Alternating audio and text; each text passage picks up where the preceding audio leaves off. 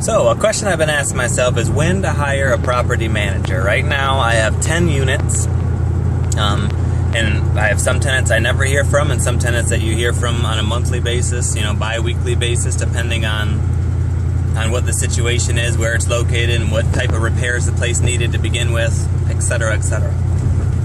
So, some days are busier than others, obviously, but when life is busy and then the tenants cause me to be busy, that's when I really want a property manager. It's kind of like insurance, you pay for it in case something happens, but then you're frustrated if nothing happens, why did I pay for it? So ideally, I've heard that 20 is the number that you want to go for. Once you have 20 units, they'll be able to pay for themselves. Rough numbers, if you have 20 units paying you $200 each net after all your expenses, then you're pocketing $4,800 a month, which is pretty solid income from some rental properties. So at that point, you can split that in half, hire a full-time property manager, pay them a salary of $24,000 a year.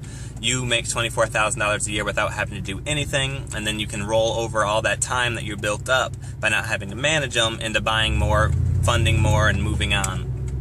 So it's a little tricky now with 10, trying to move on to some bigger projects. My time's getting taken up by, having to go check out a leaky faucet or having to meet new tenants at a vacant spot.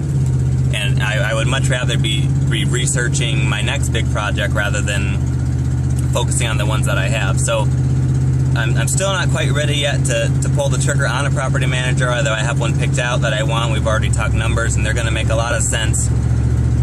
I told him that as soon as I get my next project, that's when I want to devote all my time to that project, and I can afford to gain some time by trading some money for his services.